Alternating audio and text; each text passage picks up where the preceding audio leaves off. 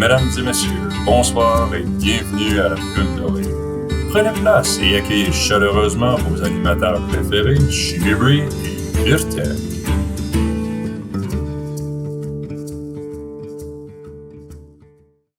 Hello, and welcome to the Golden Feather Tavern, where your hosts, Chibi and Vertek, discuss Ashes of Creation and important topics spoken about within the Ashes community.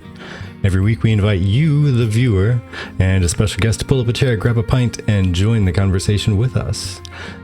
Today is the 21st of July, 2023. We're on episode 172, and this one's titled Somewhere Over the Rainbow.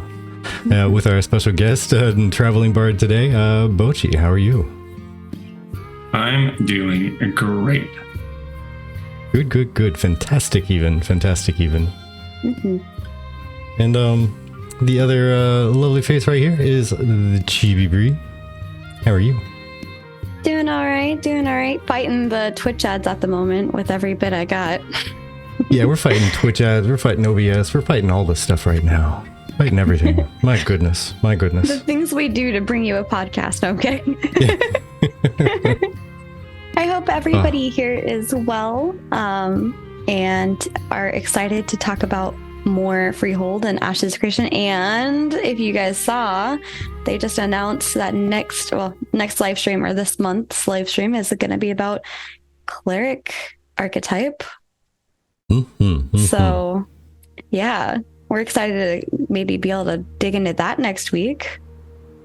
I'm real curious what they're going to show in addition to what they showed last time. Yeah, absolutely. I feel that. But aside from that, we're going to talk about some cosmetics. We're going to talk about some other like PvP and other game mechanics, as well as, of course, freeholds. So yeah. And that's actually where part of the title comes from. We had our negative episode last week. We put out all our negative opinions. It's time to show the good stuff now. Talk about things we're happy about.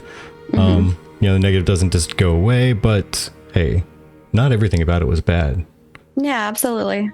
And I mean, we honestly think everybody is entitled to like whatever opinion they have, good or bad, towards like an item.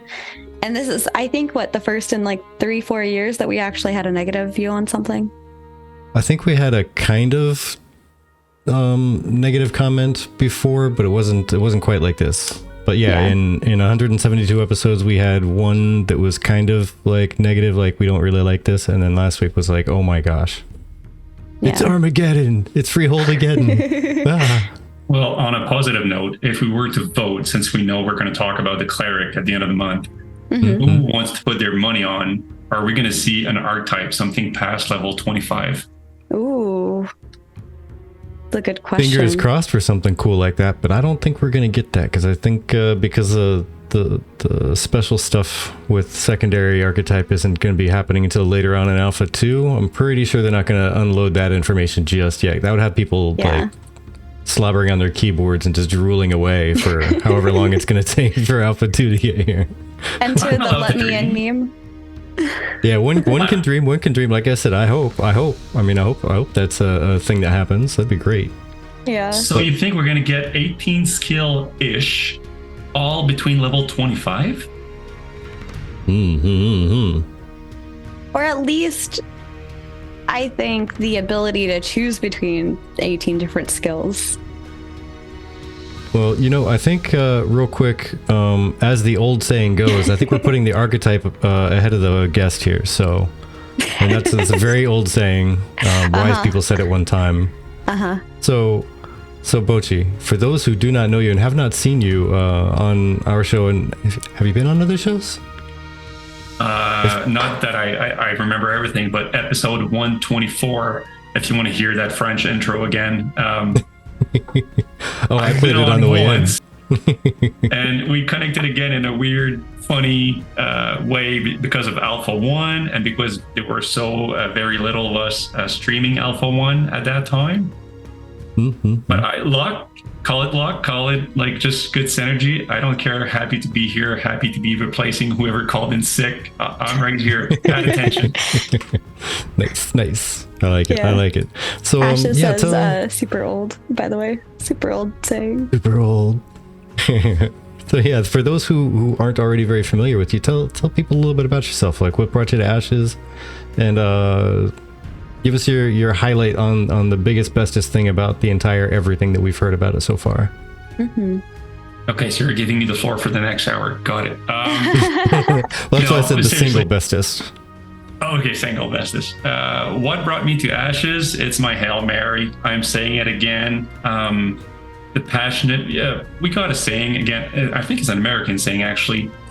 Again, whoa, I'm going to have like 20 stories here. I'm a veteran for the Canadian Armed Forces, but I did train with the American a few times. And one of the instructor regarding IDs and explosive, the guys always said, if something doesn't feel right, it ain't right.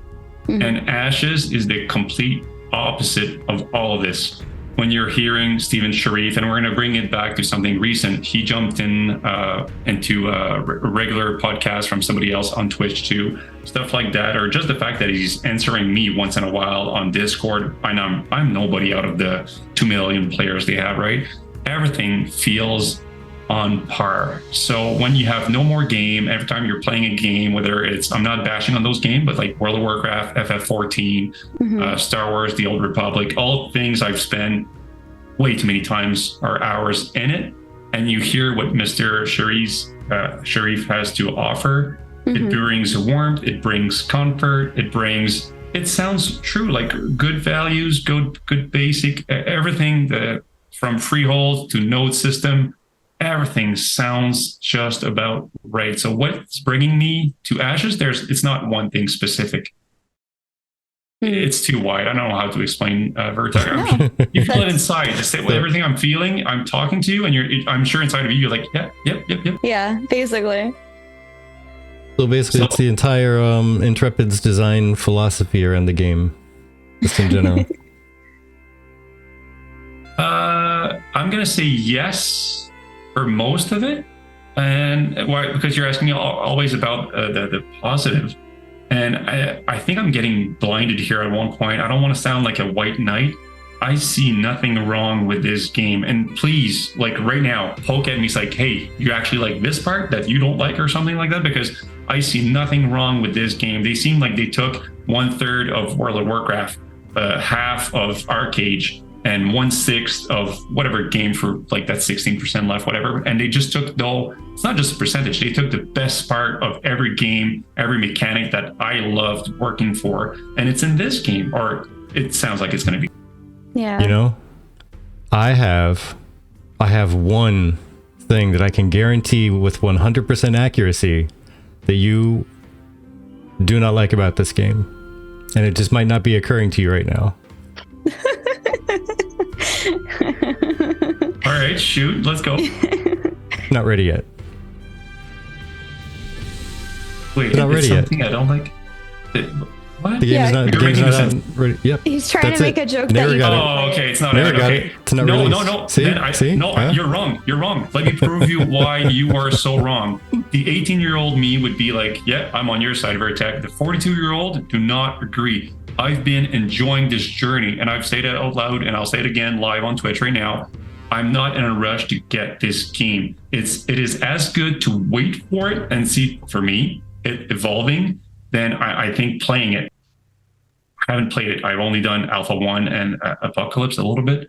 Yeah. But no, waiting for it, seeing you guys every week. There are many other streamers that are there. I'm excited for every stream, every little update. No, Okay. you were wrong. I am super happy. No, So, seriously, I'm happy to be everything. wrong, I suppose. Yeah. I honestly thought I had you on that one. I thought I had you. He was trying to be clever. I was. It was See, it fun. backfires sometimes. It does. Welcome in, Golid, Dark and Stormy Nights. Welcome in. Happy to see you guys return. And of course, our other people that are always here, Nara, Magisto, Thogly. I saw you. Thogly was like poke. Poke. But I've also like Jamie and Annie. I saw you guys stop in. Thanks for stopping in and saying hello, hi. everybody.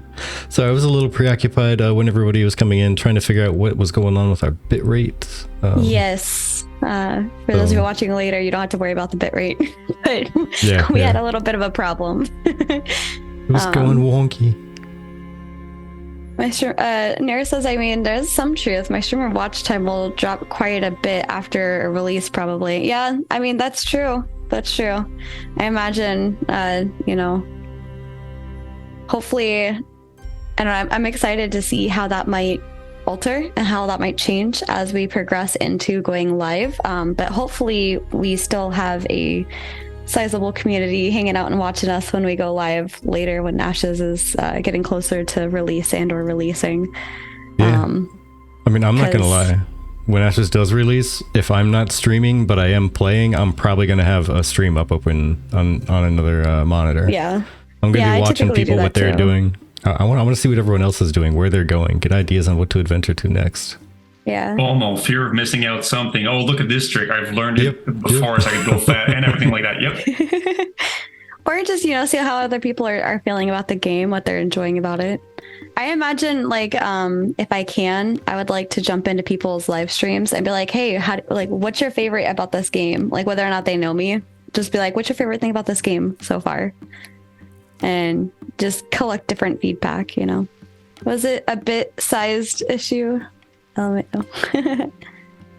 Bit-sized issue.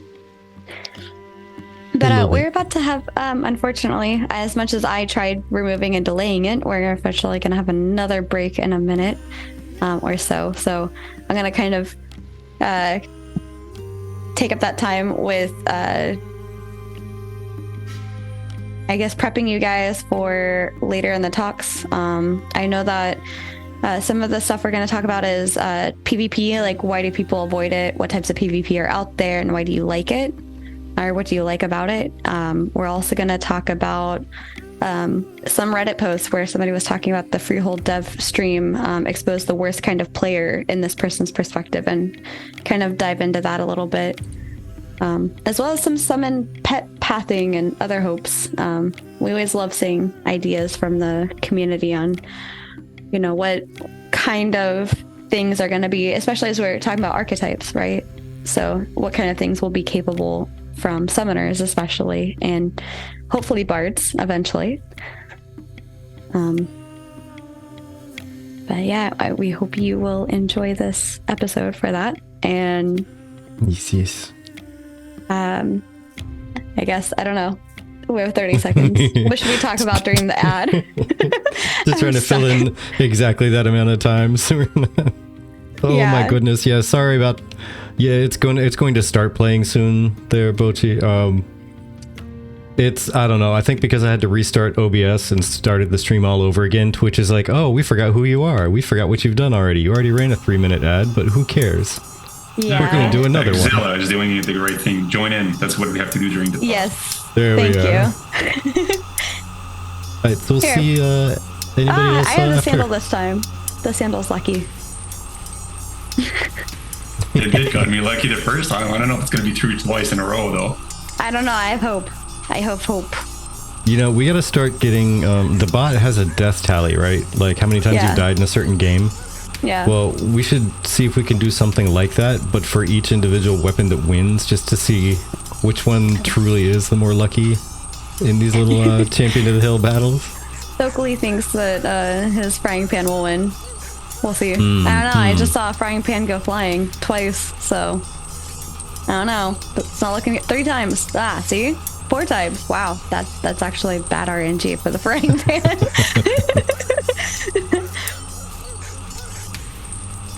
Poor Pian. Poor Pian.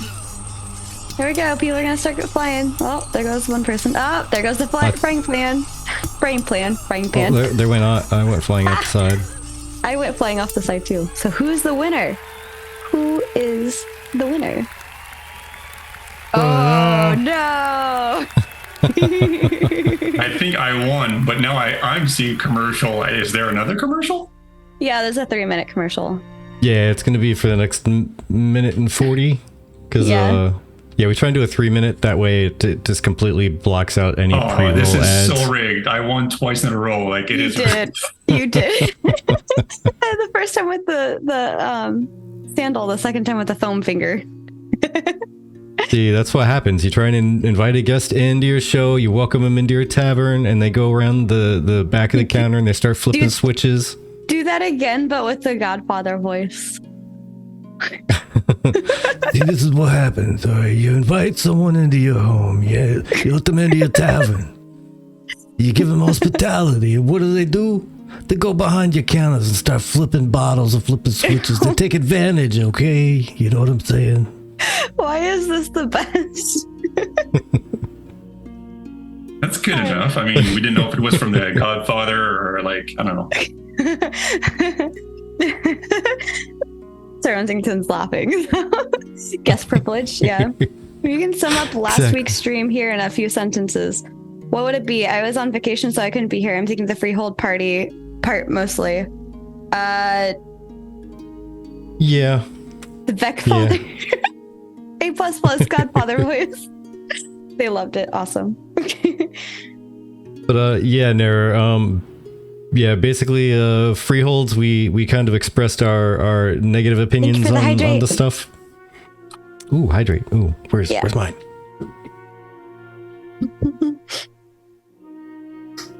That's how you stop a mid-sentence. True, it's true. I like drinking my water. What? Where? Where's Shiny?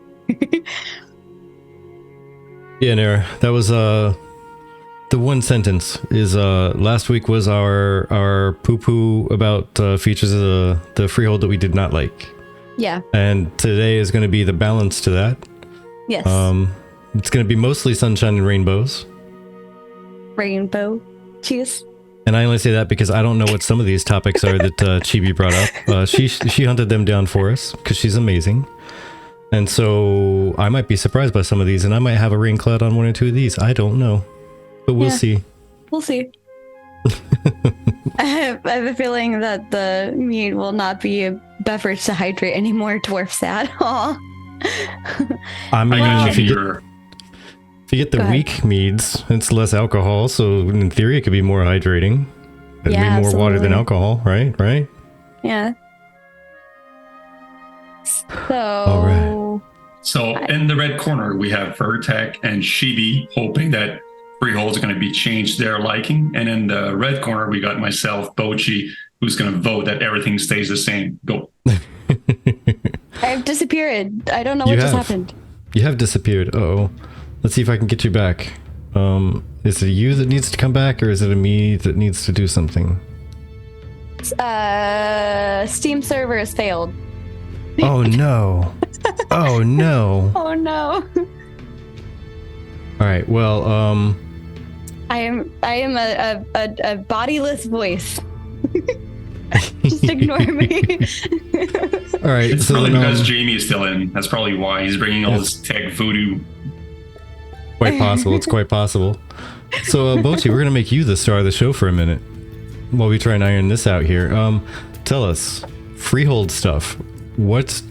Give us your top 3 on the things that you thought were most interesting. Maybe not like the best features, but the most interesting in how they're going to function. Okay, and the most interesting for me, because it's going to sound weird, because it's a lot of the things that people do not like about the Freeholds. Mm-hmm. The fact that there's going to be the world is going to be bigger, but there's going to be less Freehold. I'm excited about that for the rarity. Okay. So that's number 1. I know it sounds like a downside, but in my head, it just makes it more special, right? So if you're going to give a medal to everybody, I'm not saying the medal's worthless, but it's worth less. And if only like 10 people get that medal, then it means maybe a bit more to myself. So that's number 1. That makes sense. For what's rare. Number 2, as far as I'm concerned, the reason why they did that is because and I agree with that. That's why I'm putting it as number 2. The Freehold is basically a choke point for money making, because all the economy is player driven, as far as I'm concerned, or most of it. And having the best processing unit on something rare makes a pretty big choke point on what can be made into the best thing. So the best I'm not the captain of anything. What are you talking about, right? Either way. So bottom line, the second one is by making it processing units more rare, it's a good thing. That means to get the best of the epic or legendary items, there's going to be less of that. And for me, even though if I don't get one, it's going to give me that vibe just like in Star Wars Galaxy, the first one. If somebody opened their lightsaber, it took 8 months to get that lightsaber. It was super hard, super rare, but when somebody did, everybody was like amazed. So when I see somebody in World of Warcraft bringing out that Thunder Fury in vanilla, I was like, oh my God, like helmets off, salute, I respect you. And I think the Freeholds are going to do the same thing with the best items. So that's my second one. Okay. So rarity for just bragging, I guess. Second one, it's a choke point for economy. And the third one, once you have it, which I love the most about the Freehold, it's something that's going to bring people together. It's going to be a gatherer. No, that's not a right term. It's going to be... Okay, that's getting lost in the translation. When you bring people together. Yeah, like a gathering. Assembling. When you call and everybody comes. What is it in English? A meeting? Like a meeting? Not a meeting, Stone. Meeting, gathering, it's going to assembly. be like a fireplace. Right? Everybody wants to be there. Like it's going to be friendly, family. Let's share. It's going to be like you want to have access to that unit. Well, there's not enough unit for everybody. Well, kind of like a community unit, communal. Yeah, but a funnel for that. So we're not. Yes. Thank you, Onington. I can't say that. I can't pronounce that. I'm sorry. Congregate. Thank you. Congregation. Congregate. Yeah. Okay. Yeah. So if there's only like 1,000 freehold available, people are like, "Oh my God, there's not enough. I'm not going to have my own." I'm like, yeah, you're right. But if you do get your own, you'll be like to the moon. And if you don't, you are going to search for other people who have them, and you'll have to be nice and not be a jerk. And it's going to make a bigger family or a bigger guild, or it's going to bring people together if you want to have access to it. So rarity to brag, choking point for economy, and the third one, bringing people together because everybody's going to want one. So you're either going to share one or you're going to own your own, right? Yeah. It looks like Steam servers are still down for me, so... Oh no. Yeah, I'm gonna try closing and reopening VTube Studio. I'll be right back for this.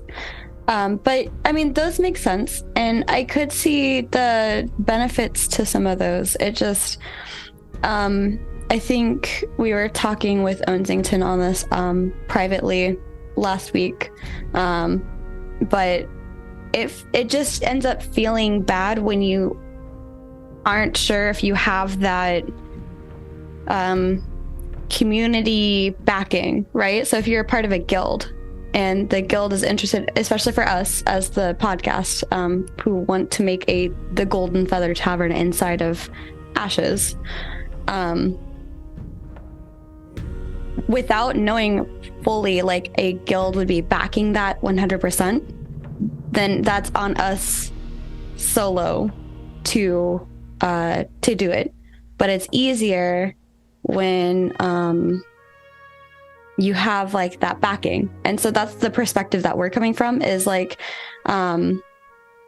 if a guild is really tight knit, for example, and is happy to support everybody who wants to do the freehold for their guild, you're more than likely to get a freehold because your guild is helping you with that. Does that make any sense? Am I explaining that right? Mm-hmm. I think you are explaining it well. Where I was going,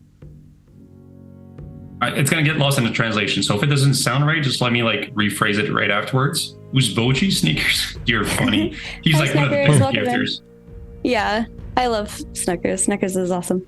He supports everybody in the community. He's like you guys. He's amazing. So thank you for coming in there. But where I was going with that is that you're afraid of not getting one. But I think Mr. Sharif was just there we go, making sure nobody had like too much hope. It's gonna come out wrong. I'm not bitching on anybody here, but no, I get what you're saying. He made it sound like it was going to be impossible almost to get one now. But every time he hints at it, he's like, no, if you put the effort, that's what he said at first. Like if you put the effort and the time, it's going to be a colossal effort, but you're going to get one, right?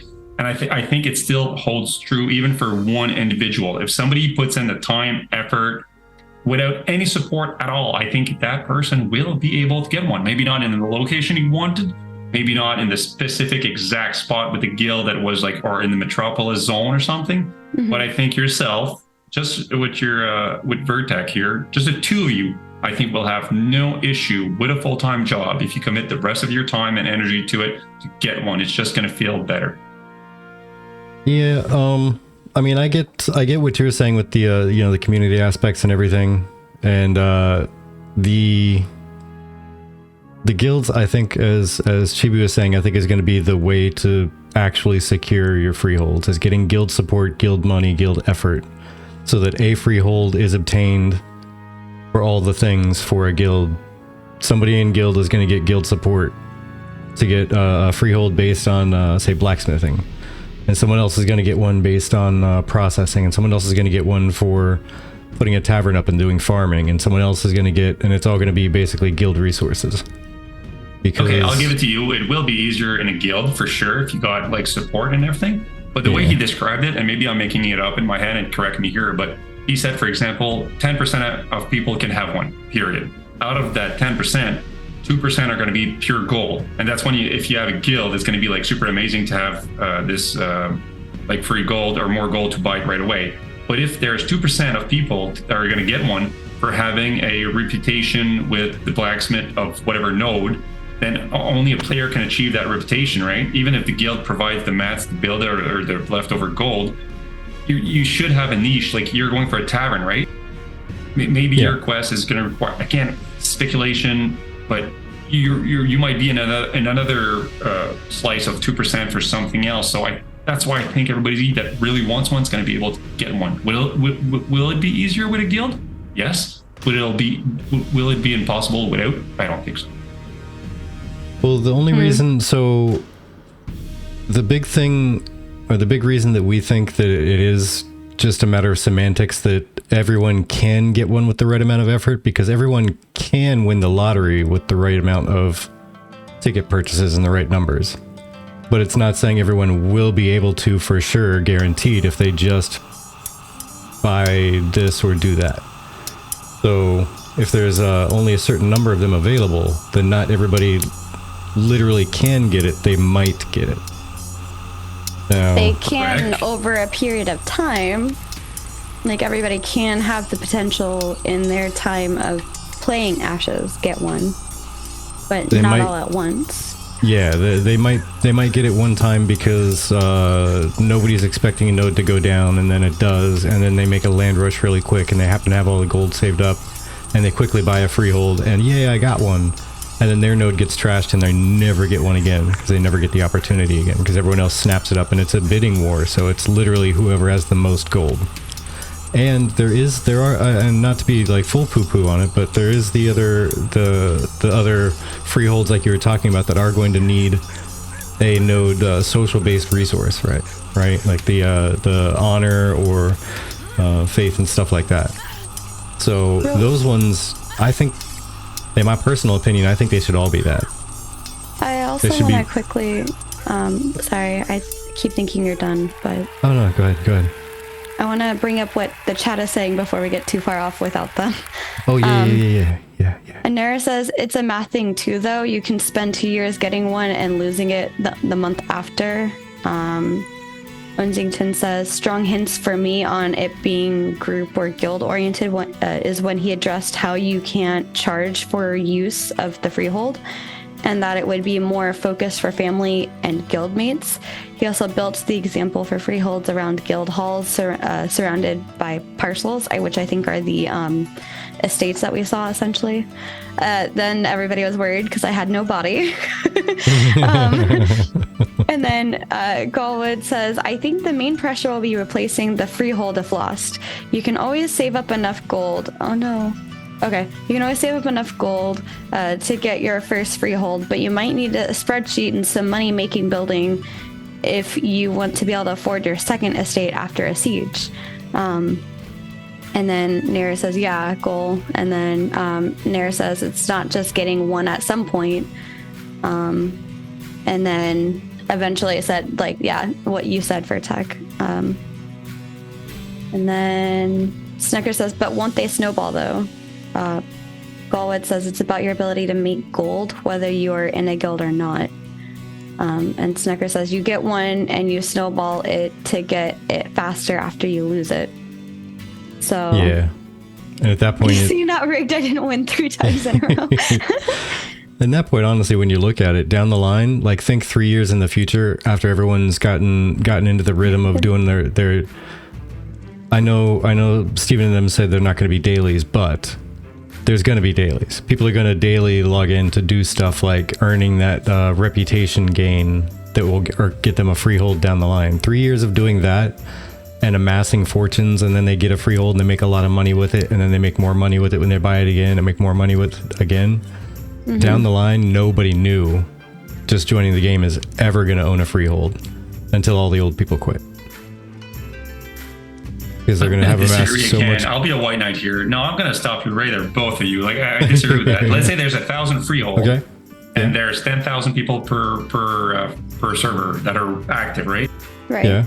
After a while, and it's like everything in life, right? I'm going to jump off a tangent here, even though we're not on the Jamie show here, but the tangent is there anything in life, Vertec or Shibi or both of you, is there anything you've set to achieve that you haven't achieved that you wanted? What, in life? Correct. Yeah, I think anybody who is truly trying to live life is always going to have unachieved goals. Okay, but every time you've set a goal, normally you set it, you try to achieve it. If it's not possible, you break it down into a smaller objective. And once they're all fulfilled, you actually get there one day. Then when you fulfill that objective, you take a new goal that's higher, right? Yeah, yeah. And mostly you've been successful with that recipe, correct? Yeah, for the most part, yeah. And I'm going back to the freehold. It's the same thing. Priority. You want one. If you don't make it within the first 1,000 people to get one, then there's 9,000 of you. 9,000 people. You just got to convince about a few of them, saying like, "Hey, we're 50 of us. Those guys did not deserve it. Let's knock them out." Seriously, it's 9 versus 1. Like, sorry, no, you're good. I was laughing at Sir Onsington. Yeah, he says, "Objection, Your Honor, leading." Okay, because I'm saying stuff the wrong way. It's translation. I'm French, man. No. I think he's just trying to be silly. Okay. Yeah. Bottom line, I think everybody can have one. Maybe not forever, like you said, but if you want something, work at it. 9 versus 1, you can knock us off our ass, grab our freehold, and make it like a good defense and keep it for a while at least. Yeah. You just gotta want it more than the 9 other people, right? Yeah. Yeah, absolutely. Yeah. Well, in theory, more than that, because 10,000 is, I think, the introductory people who are going to can be live on a server at one time. So it's actually against the 15,000 registered accounts to begin with, and potentially up to 50,000. I think there was discussions of trying to move up to. Okay, then let's bring it back to something we were talking about like 20 minutes ago. Let's say you fight each other 2 months in a row, right? You win it for 2 weeks. They grab it back 2 weeks after. You grab it back. They grab it back. After a while, you got to start looking at your names. You're going to be like, who the hell is Beauchee knocking me off my ass and taking my tavern away? I don't care about his blacksmithing. Give me back my tavern. And we do this like for 2 months. After a while, I might look you up. Like, where are you? What's that guild? We're going to chat. I'm going to go, you know what? I'll let you have it. There's 6 spot on there, right? The house, we're going to share 50-50. Let's stop fighting for it. Let's join forces to make sure that a third person like Shibi doesn't try to steal it from us, and let's cooperate. No, or just become friends at one point and just let's share it, no? Yeah. I mean, and that's honestly the kind of position we're thinking we're going to end up being in anyway, is we're going to make sure no matter what we get a freehold, right? So it's going to be either we look for friendly investors, and we want 2 business buildings on the property. It's going to be 1 tavern for sleeping arrangements, 1 tavern for eating and drinking, and anything else. If it's in support of the tavern, so be it. You can make money by selling us stuff on our own freehold. That's fine. Yeah. Like, you do your farming, we'll do the tavern stuff, and we'll kind of feed off each other to make money. Yeah. I just wanted to add real quick, going back to the real life example. The only thing is that the IRL situation is like, if we finally got the house that we've been trying to purchase, and then for whatever reason there was like a fight in our city, and then we lost our house, at least we'd have insurance IRL to go and get a different house, and we could, at least put that money towards something and be able to get stuff. I mean, if we didn't have the insurance, yeah, absolutely, we'd be completely out of a house and everything that we owned, and it would really suck. But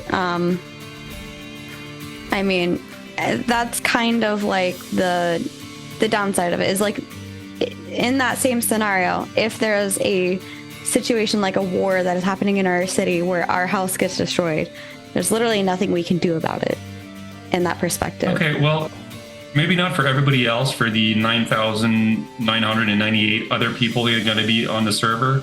Yeah. I don't have an answer for them, but for you two, I told you, and I'm going to say it again, you are guaranteed a freehold. If you're on the same server as I will give you mine for free if needed be, and I will protect it. You have one now, so now you can't complain. You have at least one loyal soldier that will give you his own freehold. So you have one. Yeah. Okay. And to the same freehold, you can join forces with us. We'll all invest in the freehold, make some money, make our own little happy home there. See, that's what I'm saying.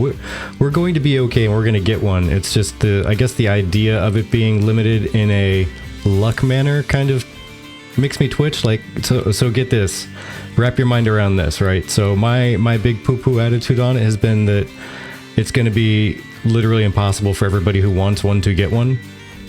No matter how much effort they put in, it's going to be impossible for everybody to get one and maintain one, even if they have to keep rebuilding. So I actually thought about it, and I was like, you know what? I would be okay if they made the effort to get one a lot more stringent.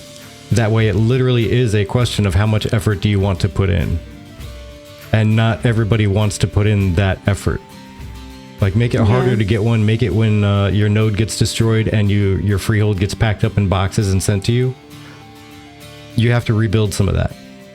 Yeah. You have to literally pay to kind of rebuild some of those buildings back up. Maybe I'm blind, but you're missing half of the picture here. Getting it is it's the easy part. It's keeping it. That's the hard part versus the 1 versus 9. Remember? No. I definitely think getting it is going to be the harder part, because keeping it, what do you got to do to keep it? You just have to pay taxes. You can raid and completely ignore your freehold. Why do you don't protect your freehold? You protect the node, which people are going to do anyway. And again, It's going to be, if we want to put everybody against everybody, if you got a freehold and somebody wants it, it's going to be 9 versus 1. If those people are serious and want it more, it's the 10% of people who want it the most are going to have it and keep those. Again, maybe I'm seeing it like way too harshly. I want it to mean something. I want it to be hard, and 10% for me sounds great. And again, hypothesis, we don't know what the real numbers are going to be, but I'm happy with 10%. I'm okay being a vagabond. I'm okay being a vagabond. I live in bushes. I'm fine. So the other question I'd have, since we don't really know all the information on how everything's going to tie together, and we also don't know how it's going to turn out in the end, right? So currently, I believe anybody can declare war on a node if they gather all the materials, right? And they do the proper questing and stuff, and they submit the declaration of war. Then a war is on with the node, right? So you'd have to be a citizen of a node. And let me actually look in, and I want to see what the most up-to-date info is before I put my foot in my mouth, because it might happen. But what's your question? No. We'll fix it afterwards. You're saying you're a citizen of a node. Somebody's attacking. If you have to be a citizen of a node to be able to put the materials together to declare war, wasn't housing at least at one point said to be a portion of the requirement for becoming a citizen of a node? Without checking, let's say it is a requirement. You can rent an apartment, rent anything from anywhere else to be a citizen. No. Apartments are going to be, if anything, more limited than freeholds. He said they're going to be like low hundreds in the nodes. There's going to be a limited number of apartments too. So again, not everybody can own an apartment. Yeah, that was the main thing that was my problem, was like, I get the freeholds. The freeholds are like the big, shiny, like rare things, but then not everybody can get an apartment just because they worked for it. Like, I was saying for the casuals, Steven, in the most recent live stream. Steven said with about almost 100 nodes, and between 50 to 100 apartments per node, not everybody could get one? Like not everything's gonna be low hundreds for. Think of just the highest think of node, just I the think. numbers. Like all you got to do is think of the numbers. He said it's going to be low hundreds for a metropolis node, low hundreds of apartments per metropolis node, right? So Okay, you let's extrapolate that out. Let's imagine it averages out to 100. Let's say it averages to 100 or even 150 per node. What is there, like 85 nodes or something like that now? Let's put 75 apartment per 80 node only total, right? If you multiply that, that's 6,000 apartment. Yeah, and how many people were we just saying can fit on a server? 10,000 at the same time, right? So if you got 6,000 that are guaranteed an apartment, for example, and you got 2,000 that are going to get a freehold, that's 8,000 people. No, and let's say you can own all of them. You can own all of them if you want. There are going to be people to get them because in that last article that Intrepid put out, they are going to have quote-unquote best-in-slot features for each type of housing. So only apartments are going to be the best at insert this one feature. Only the freeholds are going to be the best at insert this feature. Only the static housing are going to be the best at insert this feature. So there are going to be a lot of people who are going to get all three. Nair says 65 nodes that can be level 3 or above. So 3 to 6. And then 65 nodes accordingly. So okay, so there's only 5 mathematically, metropolis, right? So it's a bit less than 6,000. Thank you, Nara, for that. This being said, if somebody has all 3 types and he's allowed to have all 3 types, so he's chugging right now a house for somebody, that's for sure out of the 10,000 people, he cannot be at 3 places at the same time to defend all that, right? unless they're all in the same node, then it doesn't matter, right? Because you're still just defending the one node. I thought you only had to defend freeholds. Am I misunderstanding? No, if you defend a node, then you don't have to defend nothing. If the node falls, then you have to defend your freehold. Yeah. For the next 2 hours or something. Well, in that case, if somebody can have all 3 of them and they can all be in the same node, bring your friends and hit hard. I don't know. I'm just trying to... Sorry, go ahead. Okay, no, you go ahead. Golod says apartments will be way more accessible than static or freeholds. Remember, they're also soft capped by pricing. And yes, they while they will be more accessible, I'm more so I personally, I don't know where I fall on this. I kind of could care less because if one of us gets it, like we're planning on getting married in the game, so we're gonna have the family system, right? So,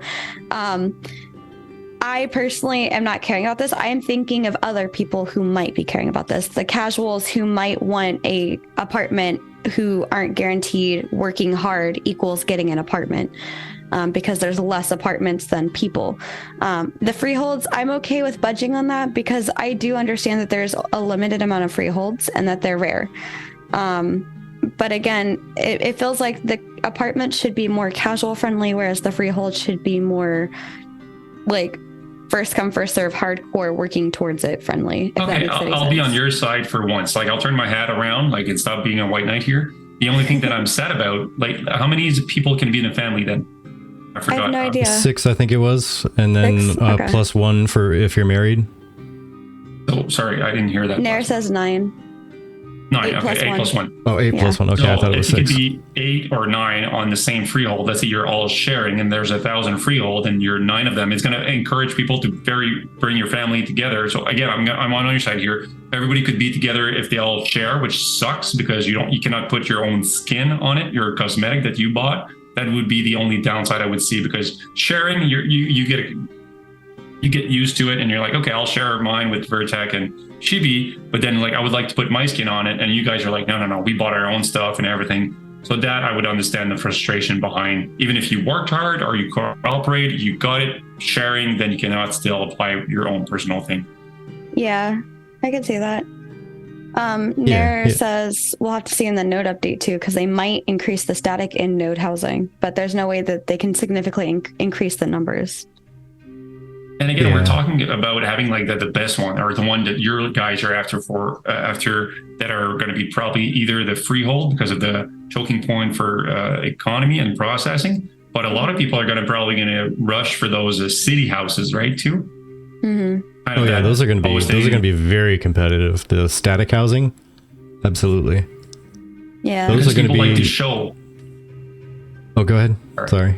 I was going to say, a lot of people or some people want the freehold just to flex too. They don't even process anything. They're like, yeah. I just like to show what I got, put my skins on it. This is my land. I can defend it. Same with a house in town, right? Apartments, I think everybody's going to get to either sharing something or get something, but not everybody's going to get at all, like you're saying, exactly what they want, whether it's a static house or a freehold. That's going to be very hard. A flexhold.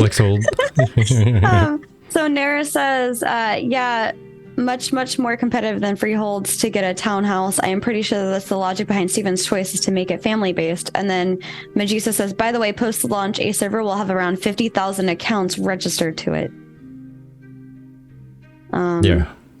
Galwood says, I think that's why inns are added for the casuals to have a cheap housing and get citizenship where they want.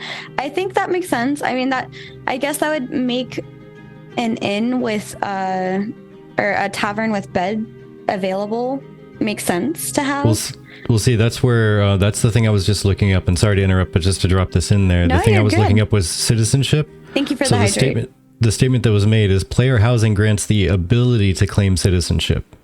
It's not automatic. You must claim it. So if you don't have any apartment, static housing, or freehold, you cannot be a citizen. Yeah. So you're homeless. That's it. Like even staying at a tavern or an inn doesn't actually give you the ability to claim citizenship of a node.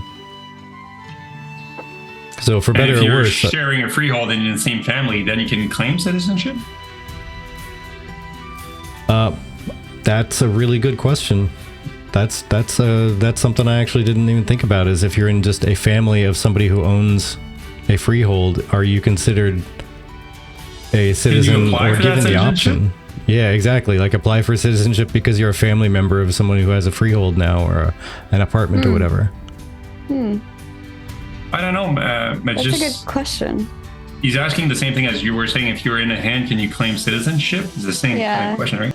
Also, can you rent a room in an inn? Yeah, like that'd be cool to rent a room even. But I mean, that's a good question.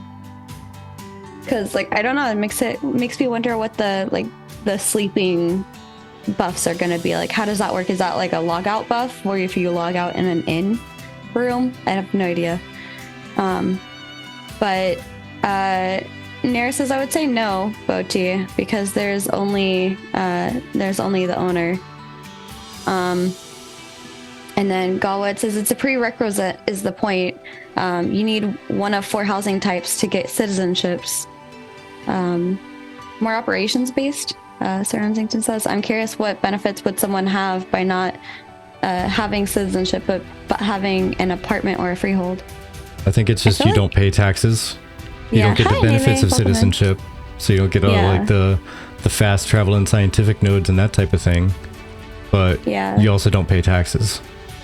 But Galwood says, if you assume like 800 static, 1,200 freeholds, and 9,000 apartments, then only 11,000 accounts can have citizenship on a server unless inns allow it. Which, I mean, if you say 11,000 accounts can have citizenship on a server that's, I don't know, I guess 50,000 max per server. That sounds crazy. I think, and to be honest, like to counterbalance like some of my poo-pooing on the whole housing situation is there are going to be people that just don't want to go through the politics of paying taxes and stuff, and they don't want to worry about what to do if the node gets destroyed and have to find a new house. So there will be a certain number of people who literally don't want to take part in it. So we do have to keep that in mind too. Yeah. That's some housing competition we just won't have to worry about because there's going to be enough people that say, I'm casual, I don't need to take that kind of headache on. No. Honestly, Galwood, that's something I'm going to want to reach out and ask maybe Maggie or Steven for clarity on. Because that would be cool if that is a thing, because then that would definitely open up. It would, for one, make different nodes want to have an inn type of building for their node, so that more people can essentially rent a room and claim citizenship through the tavern. But yeah, when it comes to the upcoming stream, what visual SFX stuff are you looking for or not wanting? I have my own preference. I will grab that and I will save that for later. That's a good question to come back to. Name. So Yeah. I think it's gonna be interesting to see just how it all plays out, really. Yeah, I agree. Which would be more beneficial, citizenship on your freehold or apartment or in another node? I mean, I think that really depends on what perks each thing has. Yeah, it depends on the node. Exactly. That's kind of where I was going. Because if a node of one area has better stuff for, I don't know, gathering, I'm going to want to probably do stuff with that. Yeah, it depends on what you want. That's kind of, the point that I was trying to go at. Now, I will say, though, that referencing the different bonuses for the different types of housing, I do like that idea, though. Like the static housing, apartment, and freeholds having different, like, best-in-slot features. Mm-hmm. We don't have cool confirmation on which one is going to be best in slot for what, beside processing for freeholds. Yeah, because I don't think they really talk too much about the benefits of static housing or apartments at all. I wonder if that's what they're going to cover on the upcoming nodes stream, which has obviously been pushed to August. So maybe they're still like fleshing out little bits. I'm honestly like, as I'm just going to wrap up this part of the segment saying, like, as much as I've been kind of like on the fence and like, I wouldn't even say that I've been necessarily negative. I've just more so been like, not devil's advocate quite, but like wary of the idea and just cautious in general and just wanting to better understand what's going on, because I could see how that could not be as fun of a feature for the game as what a lot of people were hoping. And so that's kind of my take, is just like, here's this thing. It sounds really cool. Like, don't get me wrong. I super loved the tavern options. I loved the tavern tree. I adored that. But it's because I adored that I'm like, well, hold on. If I can't even get it, then why would it even matter? Like, you know? Yeah. So I was kind of, I'm a little bit on the fence with it. Don't be. You got yours, so sleep tight. But that kind of brings me to Abarat's discussion of world and node dynamics on the forums. And he says, I feel like most of the community is missing the larger point of Ashes of Creation. It is designed to be sort of like the Game of Thrones, where everyone is fighting for control. And as soon as they have it, they are a target and get effed up by the next upstart. Everyone is talking about large guilds, but I think alliances will be the key. And they're tricky too, because in an alliance, no one can seem to agree on who's the most important. Steven is trying to build a game that is about people, how people interact, how people come together, war, alliances with people that you don't like. This is going to be great. And I mean, that is part of the thing. No, don't be sorry. Don't be sorry. I love your questions. You have no reason to be sorry. I'm just saving them so that they're on topic and that they're not like kind of like all over the place for people that are viewing this later. So I'm just, you're fine to ask. I'll just put them in the right spot. That's all. But yeah, I think that's a good point, is like reminding ourselves that like, yeah, this is literally about player interaction. We are, for the first time, we are the base of this game and not the story. The story isn't the base. We are, is what I'm trying to say. Yeah. It's almost like if we are driven, we're making the quest for other people, right? When we want like an event or something to happen, we move all of our people to make that node upgrade or something to unlock something. So I'm not saying NPC ourselves are creating the quest, but we're deciding what we're getting there. Yeah, it's kind of like you're choosing what happens in your game. Choose your own adventure kind of book. Yeah, essentially. And honestly, I really do love that. I really do. But this is actually, I think, let's see. Yeah, Beauchee, looks like you kind of answered. Nara says, Beauchee, I also look at the bigger picture of overall game health, though. I'm a hardcore power gamer. I'll get mine. But I need the game to have big, happy, casual player base, too. And so much of what goes on a Freehold is casual player heaven. If they kept Freeholds rare but disconnected or stopped getting the content from Freeholds only, I would be happy. I hope that makes sense. Yeah, I see what you're saying. Like, It does. So it would want like something that's another freehold, give it another name, put whatever numbers are missing for everybody to have their own skin slapped into a house, but that doesn't have the processing power of it. Sorry. That one sinks in. Never change, friend. Never change. I was giggling at what Galwood said. This discussion would be happening if housing didn't have some kind of scarcity. Steven's designs are already affecting us. But yeah, would Intrepid make changes to remove or quest change for balance reasons, even when it makes the story of the world worse? I'm not really sure on that one. It's a good question. But I mean, yeah, I do agree that like 90% of a player base is typically the casual player base, and like the hardcore people are the ones that really drive a lot of the change. Because if you want something, you typically are a little bit more like hardcore to go get it. Like, I want whatever legendary that I've heard drops here. I'm going to push and grind until I can defeat this boss and anybody else that comes to try to interfere with us, so that I can try to get that thing that I really want.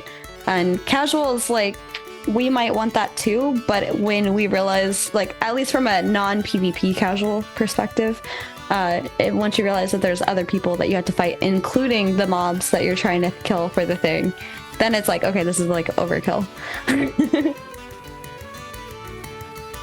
Just coming from the perspective of a lot of people who may have played World of Warcraft on a PvE server who didn't have to fight other people just to fight a mob at the same time. Yeah.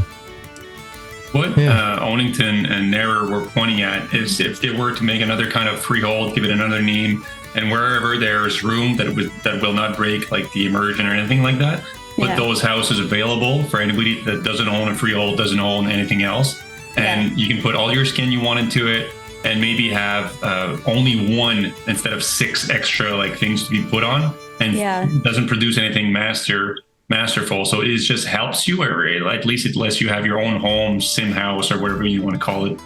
Yeah, I mean, just a house with a backyard. That's as long as I can at least play out like a fantasy of like, hey, like look at my space within this game. Like, look how cool I've decorated it. Like, that's all I really care about. Like, with Wildstar, Vertec had his own like little area, and I think in Final Fantasy, I had one.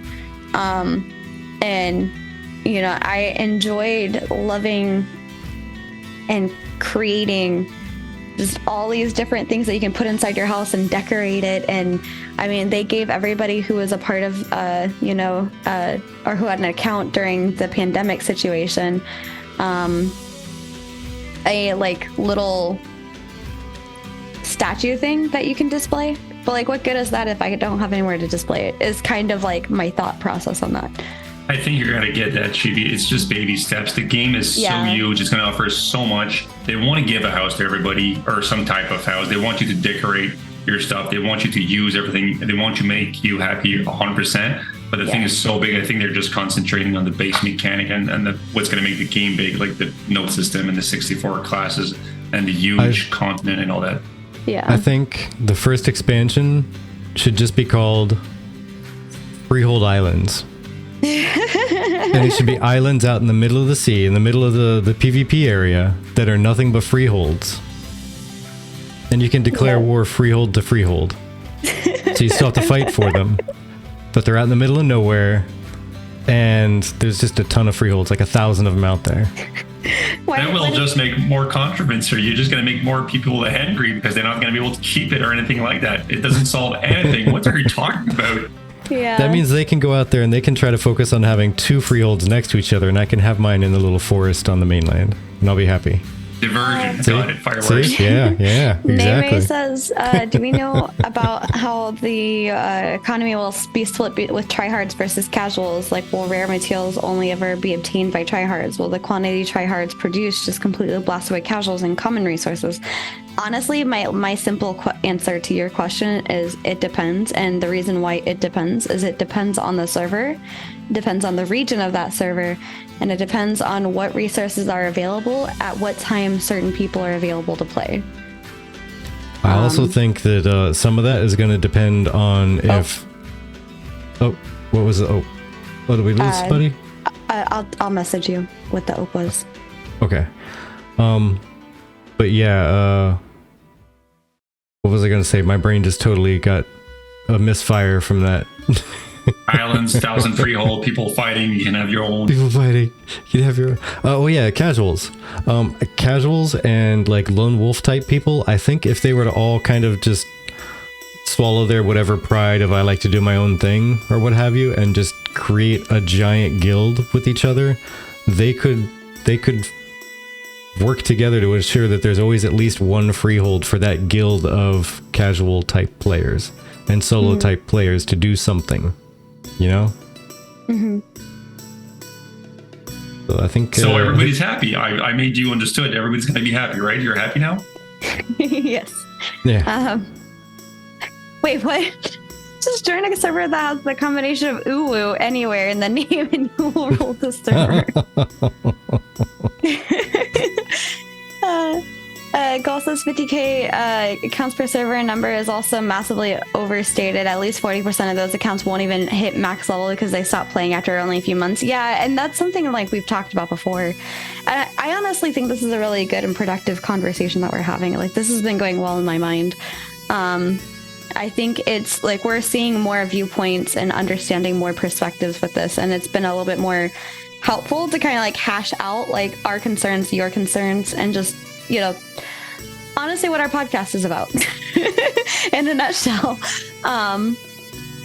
But I guess I'm just gonna kind of skip the Freehold dev stream expose the worst kind of player discussion, because that was essentially kind of saying like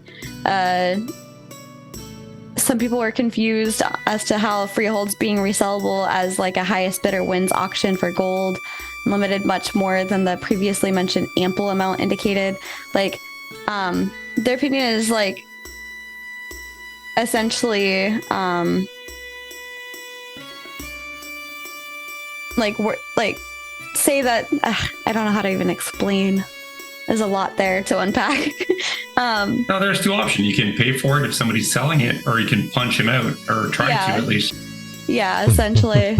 And I mean, Steven did essentially say just work harder. Like, freeholds aren't for everybody. You're going to have to like work for it, which I'm okay with that. I don't necessarily want everything. I don't want a participation trophy necessarily.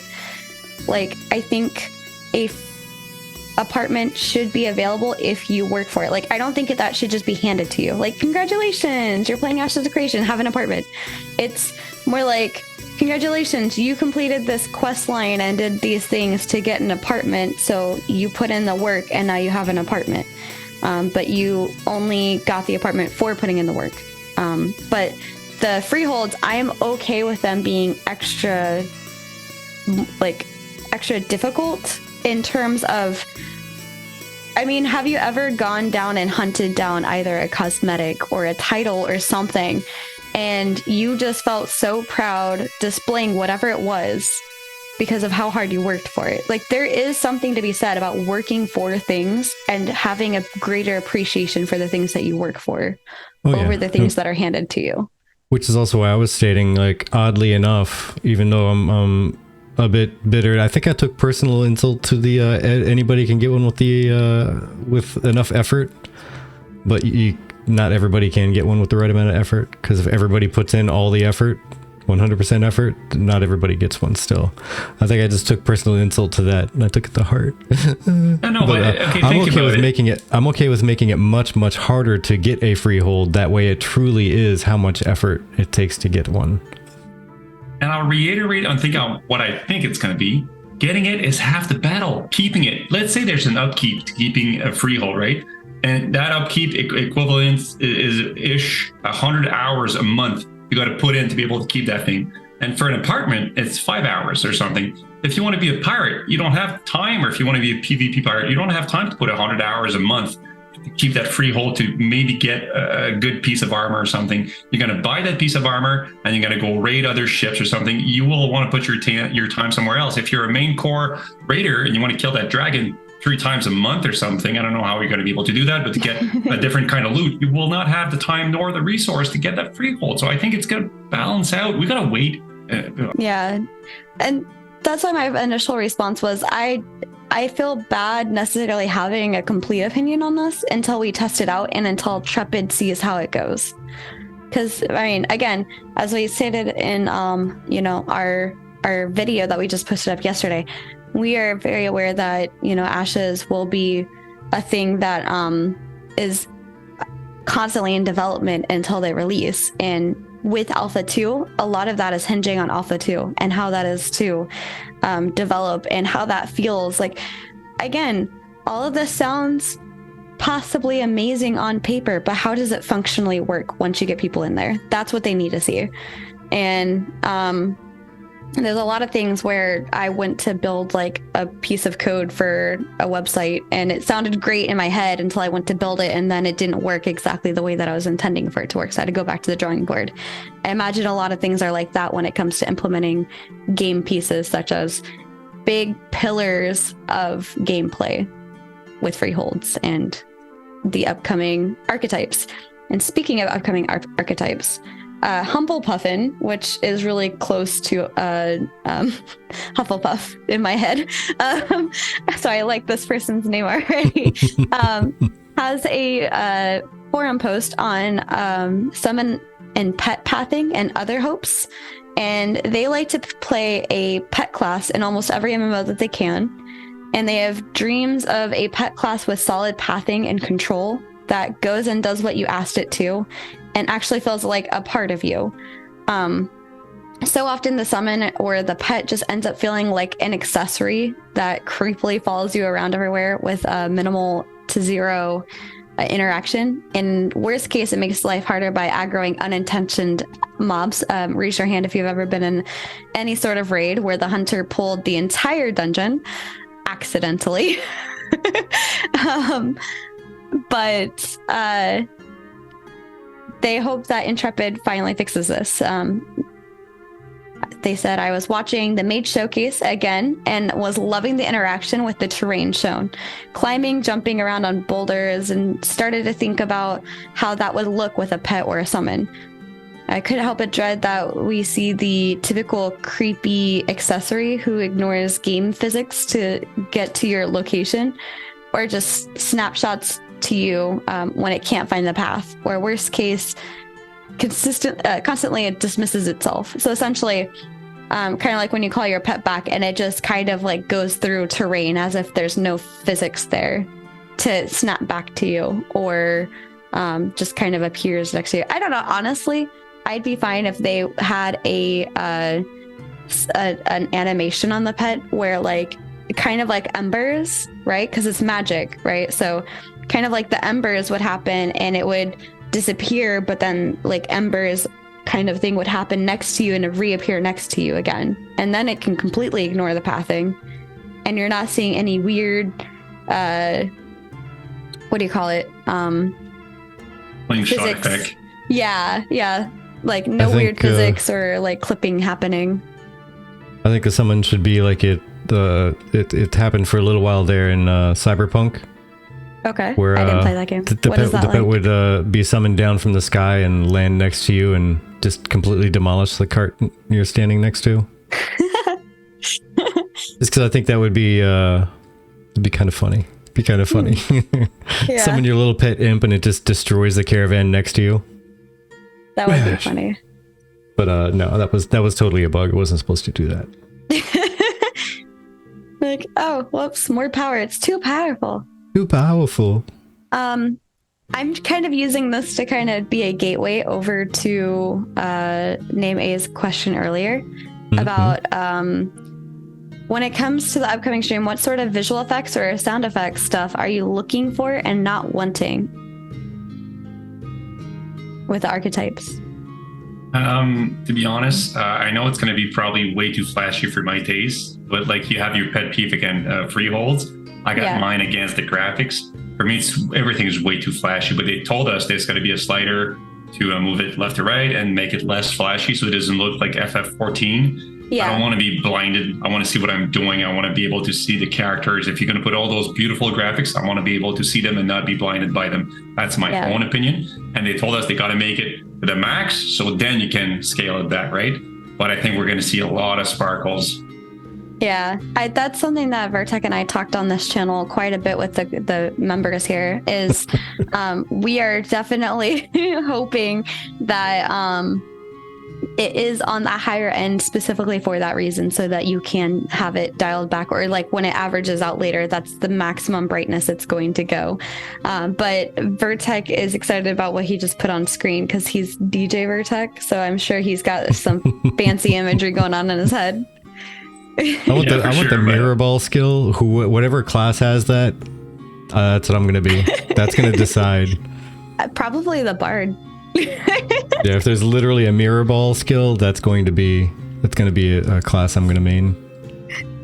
My desires are that they show the sliders and the max is super flashy because I love Flashbang Simulator.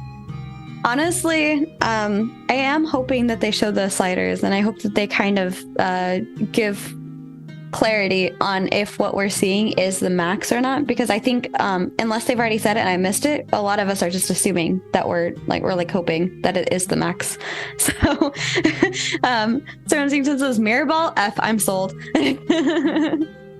Constant CSGO flashbang effects in a siege battle. Yeah, oh my god, I think they should definitely have a warning sign at that point. If you have epilepsy, please do not play this game.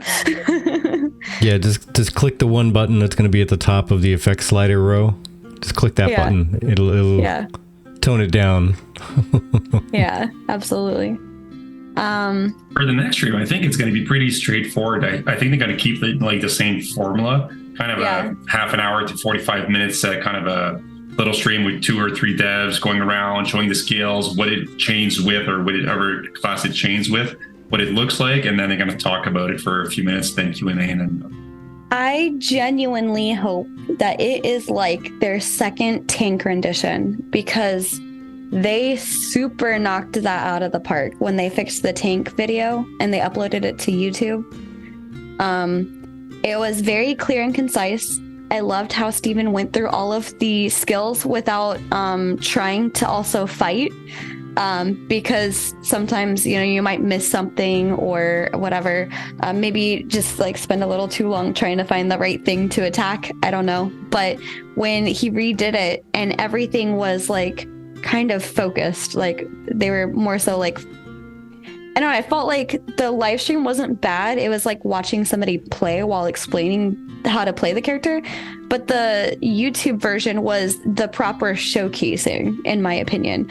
And don't get me wrong, I will happily watch other people playing the game and explaining it, because I watch Vertec play video games at home and he explains them to me all the time. So I don't mind that.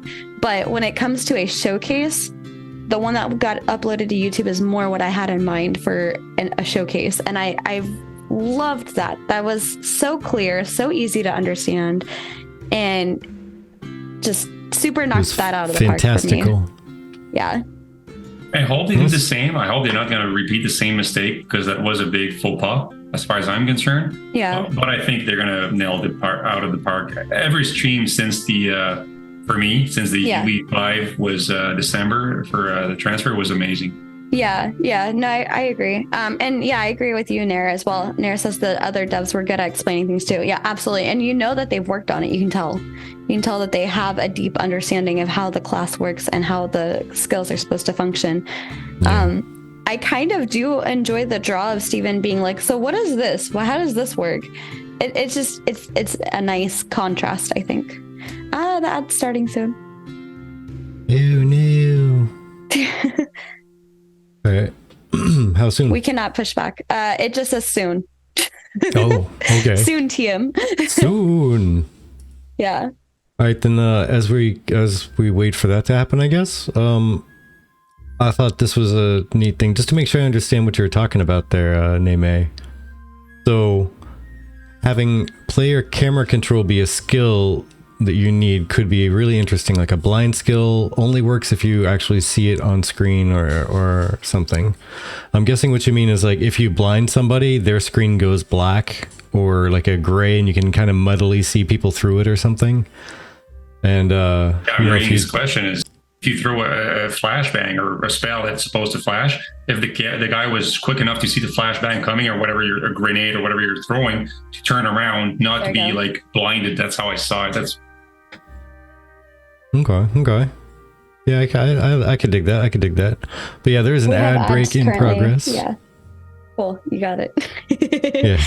So an ad break in progress. So we could return to that when we come back, because it is already 8:30 as well. Oh my. Yeah, it is. The fact that we hit this means that we've gone through our 1 hour. So I just want to like put that out there. Gotcha. Maybe you can take this time to kind of plan on a wrap up for the last little bit.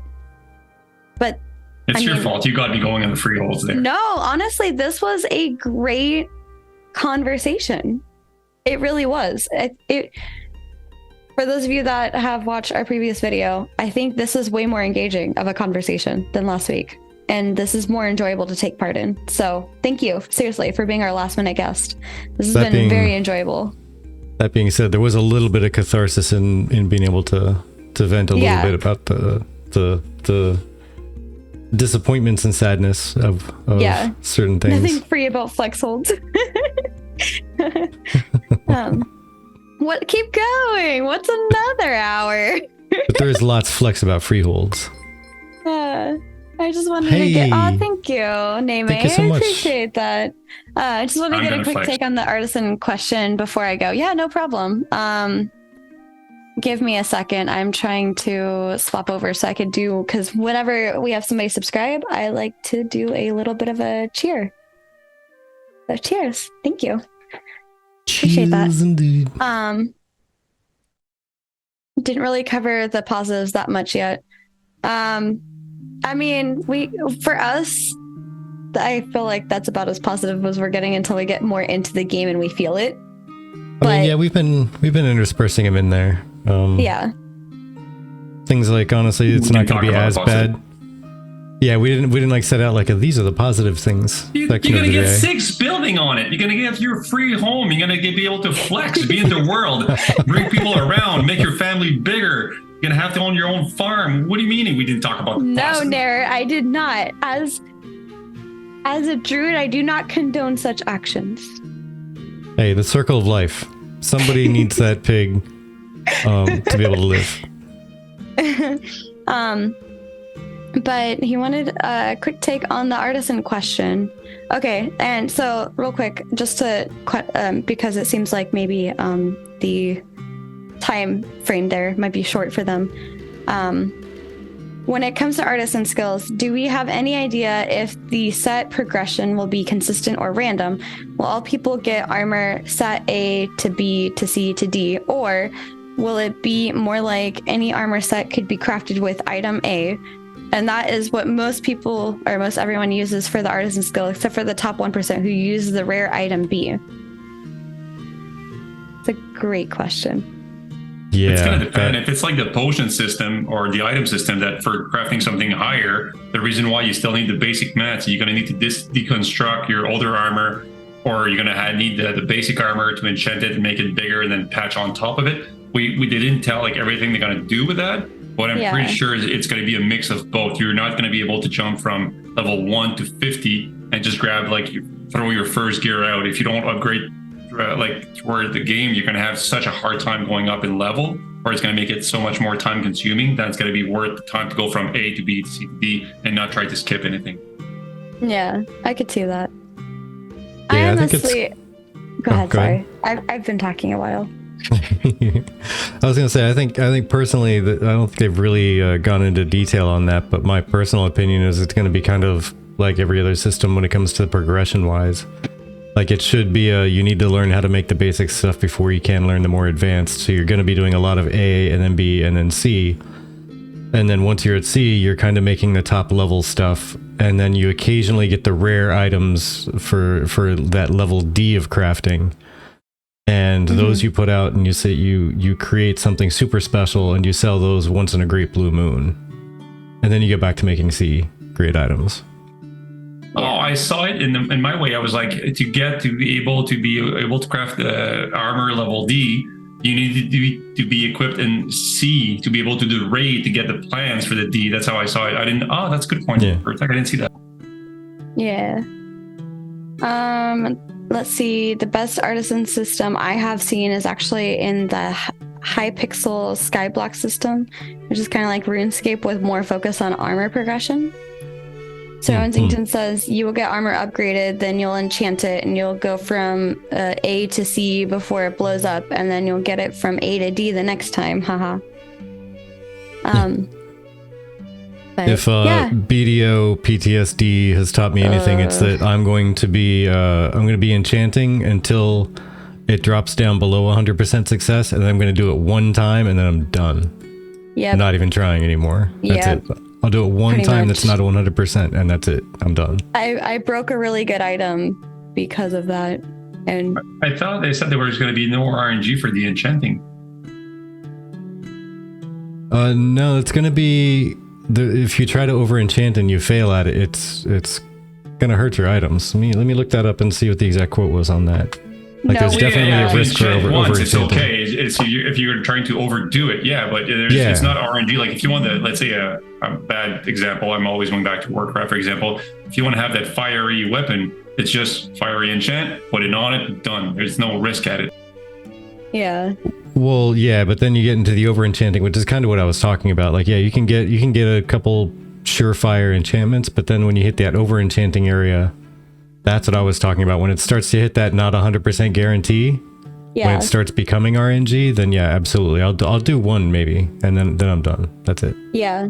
I'm not going to go for full tilt over-enchant. If it's not confirmed that you're like 100% that you're going to get it, then I don't want to break my item over it. Like, that's what I missed that part. Like, what's the risk? What's the downside of failing one of those enchant? If it breaks your item? Yeah, here you go. So here's the, I'll even share the link out here just to make sure that everyone has it.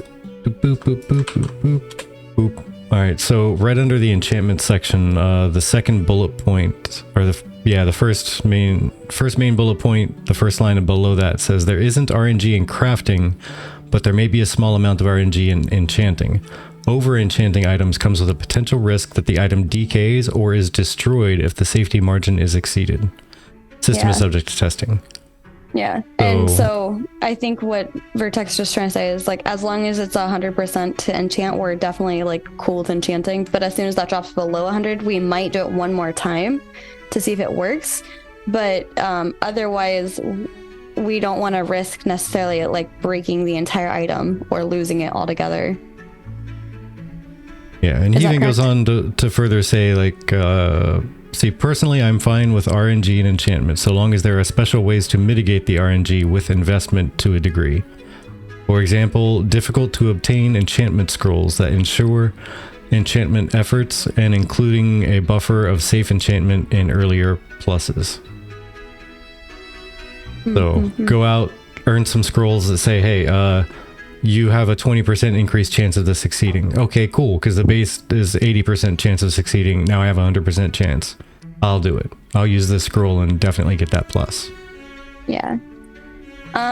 Real quick before we end, because it is getting close to an hour and a half already, I wanted to say thank you guys to those of you that commented, especially because I see Sarah Ensington and I see Fairfur, who commented about like the Freehold system on our most recent podcast that we posted on YouTube. Fairfur, it's a funny name, says everyone can get one with effort. If the supply is taken up, you siege after you have enough gold or favor and you think you could afford one. The PvE PvP war mode thing is kind of cool, but the instancing phasing thing is definitely not. And that was like their opinion on it. So if you guys ever want to like give us your more in-depth feedback, like we definitely look at that stuff. So I want to say thank you for that, because we don't always get comments on our YouTube. So when I do see one, I get excited. Yeah. But that kind of reminds me of, to get a lot of these enchants or these abilities or like gear sets in the first place, like you're gonna have to probably do some level of PvP against other people. It's just gonna be a matter of, fighting over an area to be able to like win a certain boss that drops the thing that you need to craft the armor, or maybe fighting for yourself on the way back from collecting such armor and or armor piece, and then having to keep that. Like there's going to be some sort of, what's the word, lack of better word at the moment, my brain's dying, fighting in the game, regardless of necessarily if you want it. Like somebody's gonna probably tap you. If they're respectful and you don't tap back, they're probably gonna be like, okay, this person isn't interested in fighting. But if you do tap back and you go purple with them, or I think it was purple, right? Then but then you can have more of like that equatable argument. I don't know what the word is, if that's making it combat kind of thing. Like confrontation? Confrontation, thank you. I'm like, what is the word? It's right there. But yeah, I think there's going to be a lot of confrontation, and the world evolving and building and getting access to new gear sets and new enchantments and better gears and enchantments is kind of contingent on confrontation in a way. Yeah, there's a lot of stuff in Ashes that's going to be based around confrontation. A lot of stuff. Yeah. It's even getting Can't access wait to to a see node's if that's going to be happening benefits. or not. I know some people once say and talk about PvP, forced PvP and all that, but I think some servers are going to be impressed by how cooperative and people are just wanting to co-op and people love each other and people help each other and nobody wants to fight, keep what they have and be friendly. Yeah. I think there's going to be a lot more of those servers than you think. I would be one of those people. Well, so there's going to be a lot of people that are like that, but there's also going to be those people that are going to be homeless, thus without citizenship, thus not gaining any benefits from having citizenship at a node. So they're not gaining the economic node's benefit of, ZOI wide auction house. They don't get the instant travel for a scientific node. They don't get insert all that stuff that are benefits of being on a node as a citizen. So they're going to start to get angsty after a while, and they're going to want to combat because they need a house, they need an apartment, they need a freehold, they need something so they can start to get the benefits of that node citizenship. Yeah. So who are you going to call? Yeah, exactly. So I mean, it's gonna happen. There's gonna be busters. I think some very peaceful people that are gonna get aggressive after a certain amount of time. Yeah, even if it is only in a group. They won't be aggressive on their own, but they'll be the person in the back throwing stones and shooting arrows at somebody for sure. I hope so. Don't make it easy on me. Please don't. Galwood says, I'll be a tyrant on your server so everyone else will band together and cooperate. It's for your own good. It's for your own good. Yeah, sorry. I don't know. Node busters just work so well. I was like, yeah. Could you imagine actually if a large group of like peaceful type people that just gather and they do casual stuff and they're just chilling and relax most of the time, but they just gather up materials just to pay a guild to go and wipe out a metropolis just so that they can try to get a freehold like immediately. They just pay all the materials to declare war. They pay the guild some money and they say, here, just destroy that node, please. Just go do it for us. Yeah, choose. I'm like, no. My gazebo. Gazebo. I don't know. That's the only cosmetic I had that fit this house. Okay. Oh my. I'm just imagining somebody in like true beggar's rags just walking up. Please, sir, could you take them out? I need a home. I need a home. Oh man, I'm picturing memes of the thirsty Care Bears murdering folks while apologizing because they need a crafting station. What are you watching on the weekend? Oh man. I think that's great if that happens. Yeah. Geez. Okay, so my final question, that's going to be the closing question, is what one thing comes to mind that you hope to see next month or this month on the next live stream? I keep saying next month's live stream, but I meant this next Friday. What's one thing you're hopeful to see? Way too hopeful for this one. I'm not going to be disappointed if it's not there, but the archetypes, I want to see one flavorful change. They keep talking about the charge of the tank being like a teleport and a smash or something like that. I'm not tired of the example. I get it. It's a movie in my head. I'm ready to see it live. I want to see an archetype level 26, 30, whatever, with the cleric show we're going to get. That's me dreaming. And again, it's going to be great no matter what. And afterwards, the node is going to be even better. So I'm happy either way. Whatever they're going to show me, I'll take it. I can see that. Okay. Vertec? Okay, I will add to that as kind of a side note and say that I would love to see that, even if it comes with like 7,000 disclaimers about, hey, we just put in this skill that's augmented. It's not really necessarily like assigned to a specific class, so we don't know what secondary archetype this is going to come from. But here's an augmented skill that we're working on. Here's the base one. This is what it does, and here's the augment that we've been playing with. I want to see the before and after. Yes. Oh yeah, like that would be awesome. We have no idea what secondary archetype this is going to come from or be attached to. That's totally we're in progress here. But here's one type of augment that we've been playing around with. I would love to see that. So yeah, I would agree with you on that. But for myself, I would love to see more of the cleric is the master of life and death. I want to see more of the like health transference type stuff, or more of that theme in those skills. And I think we're going to see that with the 18-ish skills instead of like the 4. Yeah. You're 100% right. You're going to get what you want. I'm not going to get what I want, because they're switching the nodes from one month to the other because there's lack of time for the node system. I don't think they had the energy or the time to finish the last process. I forgot the name that Stephen gave it to it, the last step of like designing and drawing or sound or whatever. So I think you're going to get what you want, Vertec. Before I answer mine, Galwood says, I hope they tease other content while playing the cleric, either POI, a caravan, or the end of the stream looking at a node in the distance. I think that'd be cool.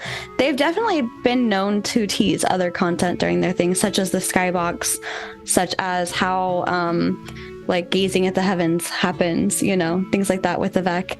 So I think that'd be cool. It would be nice to get a change of scenery for sure. I'm getting a little exhausted of the same nodes, but I do understand that they have a lot of work that has to be put into those nodes to make them functional and showcaseable. So for my answer, I am very much looking forward to seeing how, kind of like you guys said, the augments, sure, but like I want to see if it's going to be the same augment for class 1 to class 2. How does that change from class 1 to class 2? Like if you're using this skill that's augmenting the primary skill, then how is that going to change? How is that going to differ for the rogue to use that secondary versus the fighter to use that secondary, or the ranger? Like how is a ranger's secondary going to work with the arrows? Is it going to be a thing where the ranger shoots an arrow and it transfers health to them? Is that how that's going to end up going? Like, I'm just curious. Maybe it's for the rogue, it's as they're stabbing and doing dots, they're healing themselves. Who knows? I'm so excited to figure that out. But you just want to be violent and helpful at the same time. You know as what? all. Leave me alone. I just shush. But yeah, no, I think I agree with you there, Beauchee. Is like Intrepid has made leaps and bounds over the last 2 years. I will say 2 years, because last year they made a bunch of progress, and this year they're also making a decent amount of progress on top of not only moving tech systems from 4 to 5, but also continuing the rate at which they're ramping up. I think it's good. All right, so we're having troubles apparently deciding who we're gonna raid. So Beauchee, I'm gonna make this be your choice. We can raid Wicca Sloth, Or we can raid a friend of ours who's also a VTuber, whose name is Cabal, and he's a little bit more into horror stuff, and he's playing Remnant 2. Whereas Wicca is playing Pathfinder Kingmaker. Yeah, and for those who don't know Cabal, Cabal is somebody who's going to be playing and streaming Ashes, but currently is doing the horror VTuber thing, like playing scary games and stuff like that. Until He Ashes loves is more talking about ready. Ashes, though. Yeah, he does.